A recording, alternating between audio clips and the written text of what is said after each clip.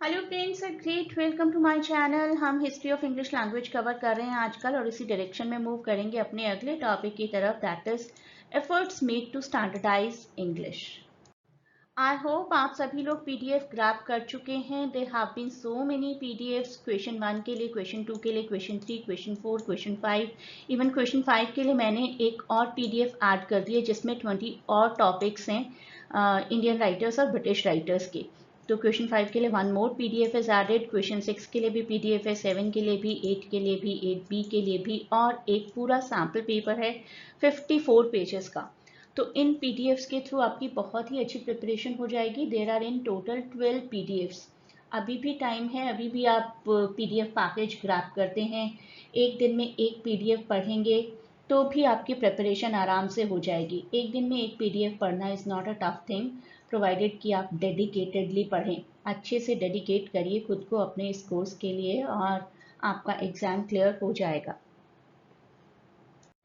PDF भी है, video lectures भी हैं। अगर आपकी बेसिक इंग्लिश और ग्रामर अच्छी है तो it is not a very tough thing, it is not a rocket science जो कि आप लोग क्रैक ना कर पाएंगे अगर प्रैक्टिस अच्छी रखेंगे तो जब भी आप इंग्लिश लैंग्वेज की बात करेंगे तो एवोल्यूशन की बात से शुरुआत करिए, आपके आंसर को लेंथ भी मिल जाएगी और आपके आंसर को ब्यूटी भी मिल जाएगी। Evolution of the English language happened in 3 phases: English Anglo section phase, medieval और मिडिल इंग्लिश, और मॉडर्न इंग्लिश। मॉडर्न इंग्लिश एक वो फेज था जिसमें धीरे धीरे धीरे हम कहेंगे कि इंग्लिश स्टैंडर्डाइज हो रही थी। हम देखते हैं ना कि आजकल सिमिलर पैटर्न है ग्रामर के, सिमिलर पैटर्न है स्पेलिंग्स के, उसी को कहते हैं in short standardised English.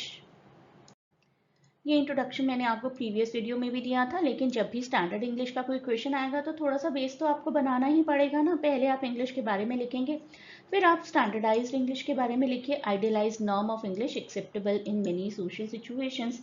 I am not reading it whole, it will be very monotonous. मैं प्रीवियस वीडियो में ये पूरा इंट्रोडक्शन डिस्कस कर चुकी हूँ। वीडियो को पॉज करिए, रीड करिए और इसी तरीके की लैंग्वेज में अपनी इंट्रोडक्शन लिखिए राइज ऑफ स्टैंडर्ड इंग्लिश की।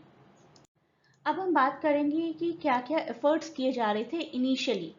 ऑल्दो वो सभी इनिशियल एफर्ट्स बहुत ज़्यादा नहीं चले, ऑब्सोलीट होते गए धीरे धीरे, लेकिन एफर्ट्स किए तो जा रहे थे।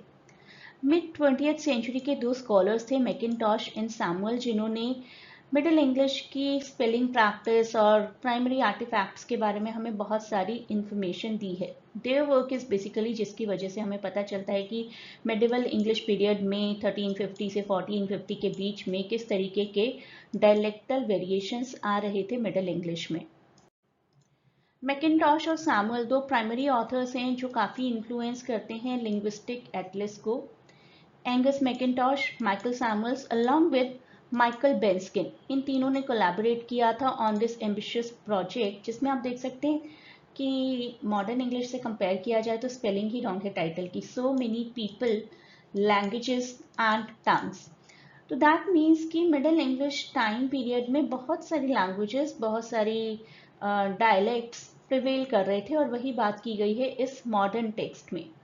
तो ये जो मॉडर्न टेक्स्ट है, this is the extensive research and analysis of the data from the various resources to create detailed maps and description of linguistic features during the medieval England.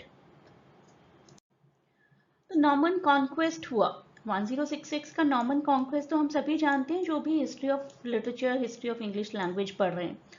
Following the changes brought about by Norman conquest of 1066, England became a trilingual society. Trilingual society, एक तो medieval Latin prevail कर रही थी, Anglo normal French prevail कर रही थी, उसके अलावा कुछ लोग इंग्लिश बोल रहे थे। तो these 3 languages were prevailing। अब कैसे स्टैंडर्डाइज किया जाए इंग्लिश को, जबकि लैंग्वेजेस ही एक कंट्री में, एक प्लेस में अलग अलग तरीके से अकॉर्डिंग टू द स्टेटस और स्टेटा ऑफ द पीपल बोली जा रही है। तो it was actually very tough. Monolingual English, इसने धीरे धीरे धीरे प्रिवेल करना शुरू कर दिया। वजह क्या थी? क्योंकि लैटिन और फ्रेंच तो ऐसी लैंग्वेजेस थी जो कि बहुत एरिस्टोक्रेटेड लैंग्वेजेस की कैटेगरी में आती थी, उनकी वेरिएशंस लिमिटेड थी। धीरे धीरे नॉर्मल लोगों ने, कॉमनर्स ने इंग्लिश में ही बात करना शुरू कर दिया, जिसको हम सुपर लोकल वैरायटी कह सकते हैं। तो this variety basically started taking a uniformity। universality by reducing more regionally marked features and permitting only one or two minor variants. तो धीरे धीरे ऐसा होना शुरू हुआ कि इंग्लिश लैंग्वेज के वेरिएंट्स अपने आप कम होते चले गए, क्योंकि Latin and French was not the cup of T of everyone, right. Commoners जो थे वो तो एक लोकल लैंग्वेज की तलाश में ही थे जिसमें वो कन्वर्स कर सके, कम्युनिकेट कर सके, और वो लैंग्वेज बनी English. You can say from 1370s, monolingual Middle English was used increasingly mainly for local communication, जो मैंने अभी बात की। Up until the later 15th century, it was characterized by great regional and spelling variation। लेकिन वही trouble वही बनी रही है ना, क्योंकि कोई पर्टिकुलर डॉक्यूमेंट नहीं, कोई डिक्शनरी नहीं है, आज की तरह इंटरनेट नहीं है कि फटाफट से स्पेलिंग चेक कर ली जाए और एक्सेंट चेक कर लिया जाए कि ये सही है या नहीं है। After the middle of the 15th century, superlocal monolingual varieties of English began to evolve for numerous pragmatic यानी कि practical functions। तो धीरे धीरे practicalities monolingual English की बढ़ने लग गई। The rise of written monolingual English was due to the abandonment और discarding of Anglo-Norman French। धीरे धीरे लोगों ने Anglo-Norman French को discard करना शुरू कर दिया और English prevail करने लगी, with subsequent absorption into superlocal varieties of English of much of its word stock and many of its written convention। तो जब टेक्स्ट लिखे जाने लगे, पब्लिश होने लगे मोनोलिंगुअल इंग्लिश में, तो इंग्लिश प्रिवेल करने लगी और एंग्लो नॉर्मन थोड़ी सी आउट ऑफ फैशन होने लगी।